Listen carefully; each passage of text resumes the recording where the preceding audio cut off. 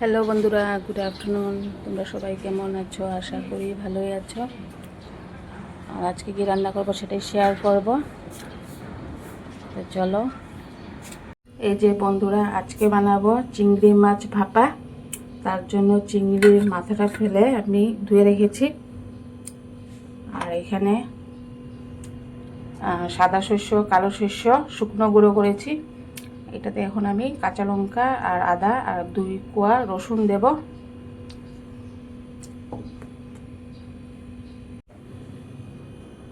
এই যে শুকনো শস্য, এটা কালো শস্য আর সাদা শস্য আছে, দুটো মিক্স আছে। এখন দিয়ে দেব 3টা কাঁচা লঙ্কা, 2 কোয়া রসুন দিয়েছি আমি, অল্প আদাও দিয়ে দেব। এখন এটাকে আমি পেস্ট করে নিয়ে আসি। এই যে বন্ধুরা, আমার হয়ে গেছে পেস্ট। এখন এই পেস্টটা আমি চিংড়ি মাছের উপরে দিয়ে দেব। আর এখন দেব 2টো কাঁচা লঙ্কা, আর এইভাবে পেঁয়াজ কুচি দেব উপর থেকে। এটা পেঁয়াজ কুচি আমার মায়ের রেসিপি, এটা অনেকে দেয় না দেখি, কিন্তু দিলে ভালো লাগে। তোমরা এইভাবে বানিয়ে দেখো, এটা ভালো, দারুণ লাগে।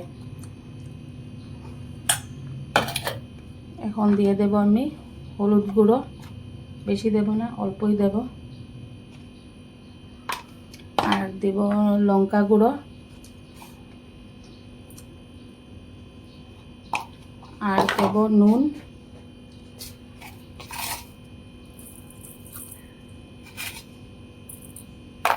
আর দেব উপর থেকে আমি কাঁচা তেল।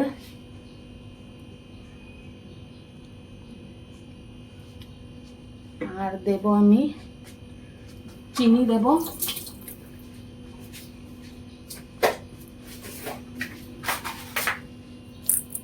চিনি দেব সামান্য। আর দেব লাস্ট এটাতে দই দেব, টক দই।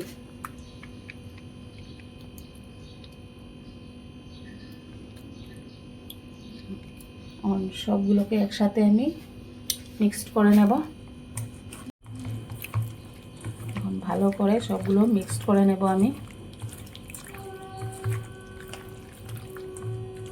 আর চিংড়ি মাছের এই রেসিপিটা অনেক ভালো লাগে, চিংড়ি ভাপা।